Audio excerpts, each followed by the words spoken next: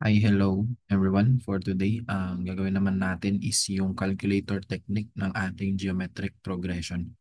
So yung gagamitin nating mode dito ay simply the mode 3-6 where yung tinatawag natin is AB exponential regression where meron siyang formula or minsan nakikita natin sa ibang calculator, ang nakalagay is AB raised to X or Y equals to AB raised to X. So punta na tayo sa number 1. Find the ninth term of the geometric progression 5, 10, 20, 40, and so on. So kapag ipapress natin si mode 3-6,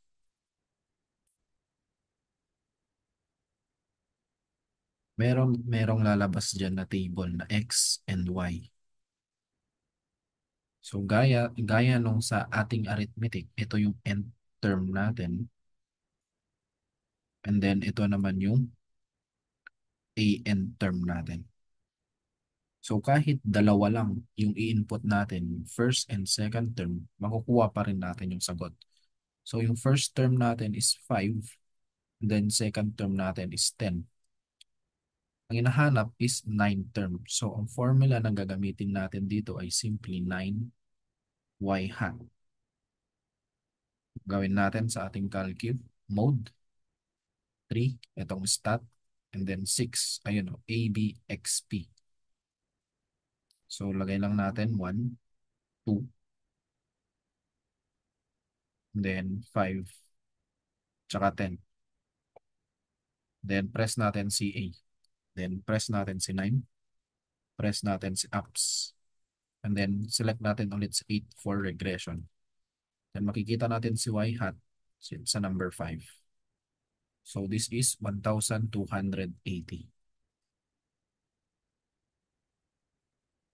Yan yung ating 9 term. So di ba itong y equals ab raised to x? Kamukha niya yung original formula natin for finding the an term of our geometric progression. So dako tayo sa number 2. The third and eighth geometric progression, eighth term of a geometric progression are 4 and 128 respectively. What is the sixth term? So kapag mag-mode 3-6 ulit tayo, kung meron table, x and y, lagay lang natin third term, tsaka si eighth term. Pwede yung ganyan. So yung third term daw natin ay 4, and then eighth term natin ay 128. Ang hinahanap natin si sixth term, si 6y hat. Gawin natin ulit sa calculate mode 3-6, then 3, tsaka si 8 term. And then 4, tapos 120. Press natin si CA. Dati na natin input si 6. Then ups 8 for regression. And then si Y hat 5. So sagot natin is 32. So yan yung ating 6th term. Ito naman yung pwede natin gawin to kahit hindi given si first term. So next tayo, number 3. Which term of the geometric progression 6, negative 12, 24, negative 48 is 384? So kapag mag-mode 3-6 ulit tayo, merong ulit x and y. So first term and second term, kahit si first term or second term lang, 6 and then negative 12. So take note, kapag meron tayong negative 12, hindi natin to pwedeng i-input, bawal. So, di ba ang hinahanap natin dito ay simply 384 x hat. Kung pang ilan si 384. So, try natin. Mode 3-6. And then 1, 2. Tapos 6. And then negative 12. Then press natin CA, 384, ups, 8, and then X hat, so number 4. Bawal. Magmamat error siya. So, ang pwede natin gawin dito, balik tayo dun.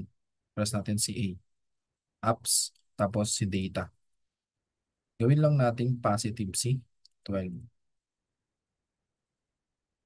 Para kapag i-input na natin, press natin ulit si CA, 384, ups, 8, and then 4. So, pang 7th term.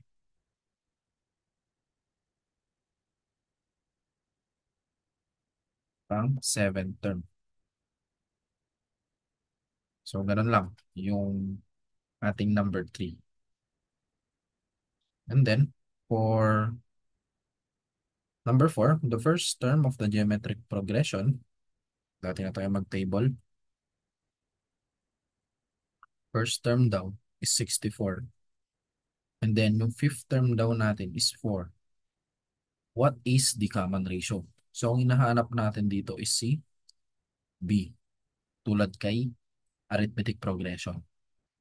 So, ganun lang gawin natin. Para hindi na tayo mag-mode 3, 6, pindutin lang natin si ups.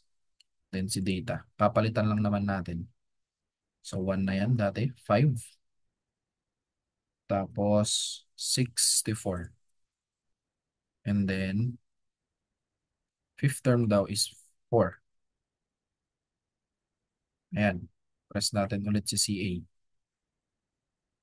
Then, punta tayo kay ups. 8 for the regression. Ayun, si B.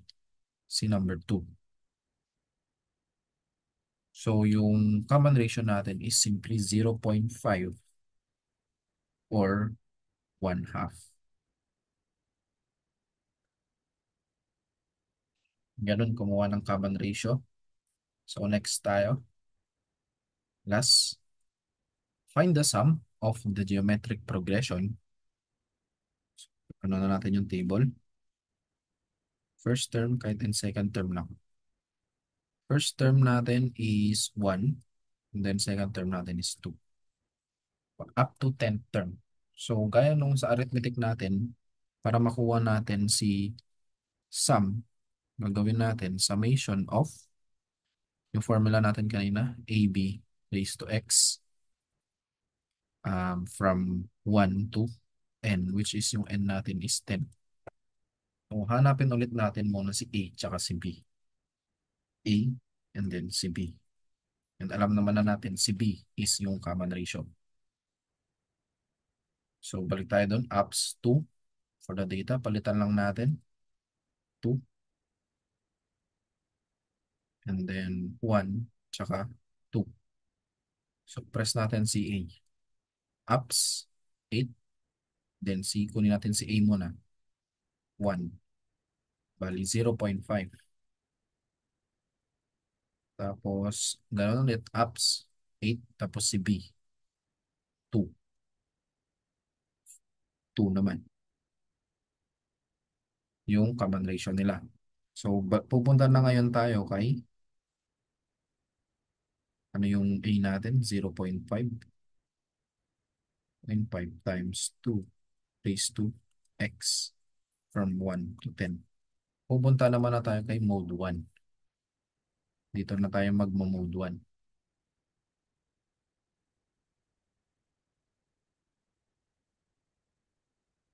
So, punta na tayo kay mode 1.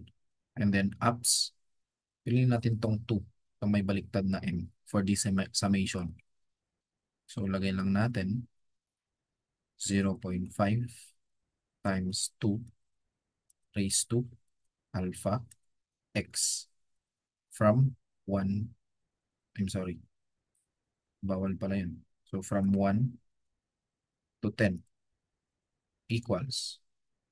So, yung final answer natin is 1,023. 1,023. So, ganon yung ating mga calculator technique pagdating sa ating geometric progression. Sana may natutunan and maraming salamat sa pakikinig.